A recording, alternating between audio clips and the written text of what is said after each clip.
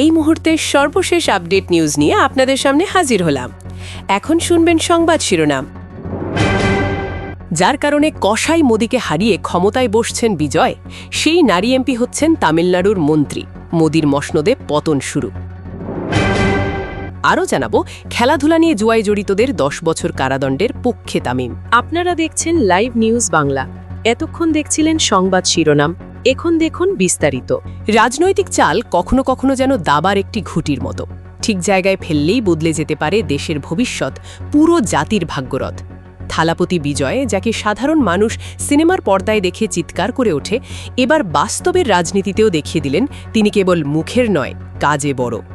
তামিলনাড়ুতে যখন রাজনীতির আবহমান নাটক চলছিল আর সময়ের ঠেলা গলিয়ে, অর্থাৎ সত্যিকারের দমবন্ধ উত্তেজনার মধ্যেও যখন বিজয় এবং তার দল স্রেফ দুটো আসনের জন্য মুখ থুবড়ে পড়তে বসেছিল, সবার শ্বাস এক প্রকার আটকা গিয়েছিল। তখন তো মনে হচ্ছিল হয়তো রাষ্ট্রপতি শাসনের দোরগোড়ায় গিয়ে পড়বে তামিলনাড়ু। এই তখন মাঠে নামলেন এক সম্পূর্ণ অন্য ঘরানার রাজনীতিবিদ, ফাতিমা তাহলিয়া। অনেকেই হয়তো প্রথমে তাকে তেমন পাত্তা দিতে চাইছিল না। তিনি সংসদ সদস্য, মুসলিম ছাত্র ফেডারেশনের পুরনো যোদ্ধা, নিজের দৃঢ়তায় পরিচিত নাম। তবুও দেশের মেইন স্ট্রিম রাজনীতিতে এমন অক্সিজেনের মতো মানুষের আশাটা যেন বারবার সুপরিচিত আশা মরেনি টাইপ ব্যাপার। ফাতিমা তখন একেবারে নাটকের নায়ক হয়ে সরকারি গঠনে নিজেদের দুটি গুরুত্বপূর্ণ আসন উৎসর্গ করলেন বিজয়ের ঝুলতে।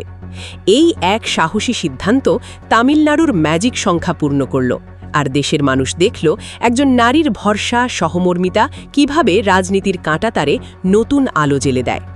বিজয় আকস্মিকভাবে খাদের কিনারা থেকে উঠে এসে মুকুট মাথায় পড়লেন, তবে তিনি পুরনো রাজনীতিবিদদের মতো কৃতজ্ঞতা শুধু মুখে দেখিয়ে থামলেন না। বিষয়টা এখানেই থামেনি। তালাপতি বিজয় এবার ছোট মেপে নেওয়া মন্ত্রিসভায় সরাসরি মন্ত্রী করলেন সেই ফাতেমাকে। এই চিত্রটা কল্পনাও করতে পারছিল না দেশের অধিকাংশ মানুষ। যেখানে আজও মুসলিম কমিউনিটির মানুষেরা নানা জায়গায় নানান বৈষম্যের শিকার হচ্ছেন, সেখানে সেই সম্প্রদায়ের একটি হিজাব পরা শক্তিশালী নারী মন্ত্রী হয়ে শপথ নিলেন।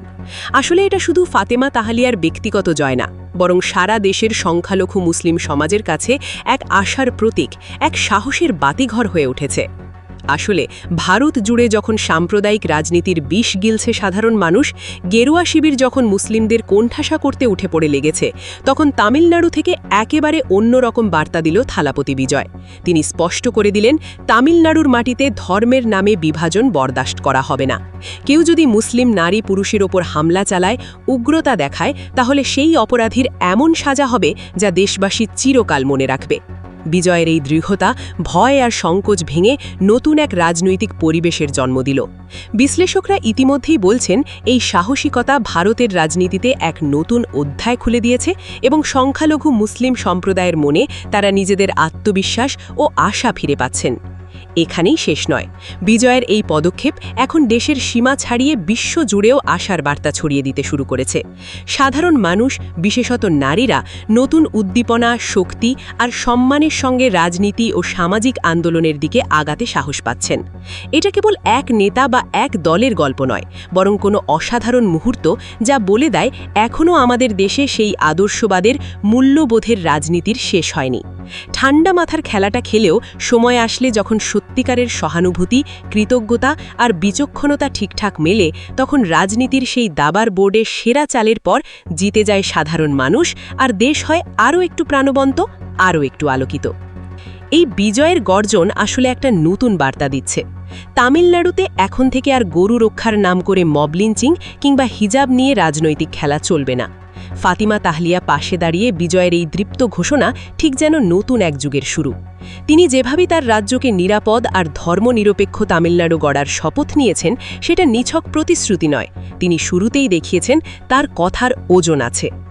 বিজয় মুখ্যমন্ত্রী হিসেবে শপথ নেওয়ার পরদিনই রাজ্যে একের পর এক মদের বার, যেগুলো সরকারি আয়ের বড় উৎস, তালাবদ্ধ করার স্পষ্ট নির্দেশ দিলেন।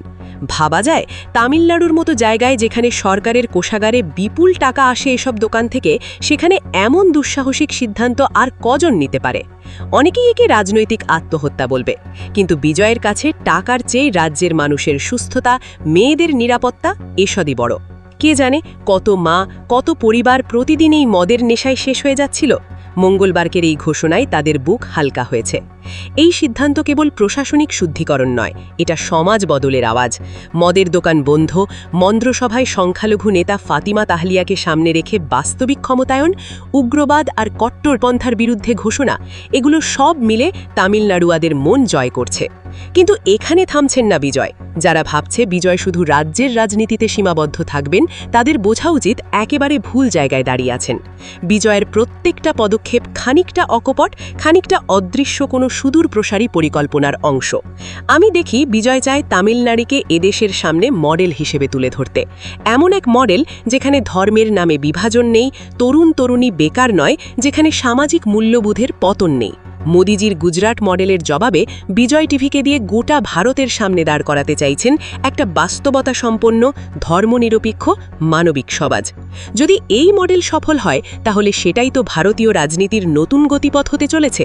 শুধু তাই নয়, ফাতিমা তাহলিয়ার মতো তরুণ আর স্পষ্টবাদী নেতাদের সঙ্গে নিয়ে বিজয় শুরু করে দিয়েছেন সারা দেশে তার দলের জট। খুব শীঘ্রই দেশের 28 রাজ্যেই ছড়িয়ে পড়তে চলেছে টিভি। আজ তামিলনাড়ুর মানুষ দেখছে কিভাবে দিনের পর দিন রাজনৈতিক সংকটে নাজেহাল হওয়ার পর বিজয় কাঁধে কাঁধ মিলিয়ে মসনদ জয় করেছেন। কাল হয়তো গোটা ভারত দেখবে তামিলনাড়ু মডেল কেমন এগিয়ে যায়। জানি রাজনীতির এই যুদ্ধ কোনো সরল পথ নয়।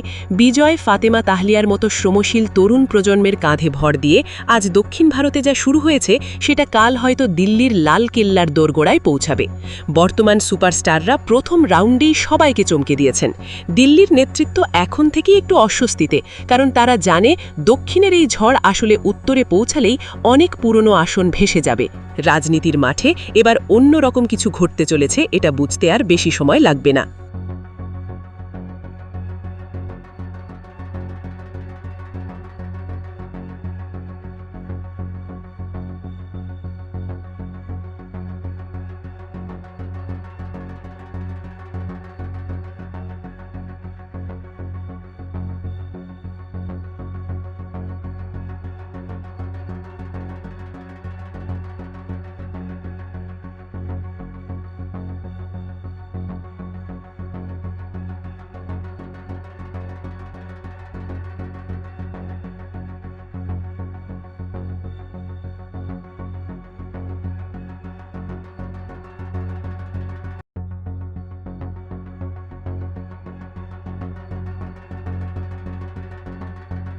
সবার আগে সর্বশেষ আপডেট নিউজ দেখতে সাবস্ক্রাইব করে আমাদের চ্যানেলের সাথেই থাকুন।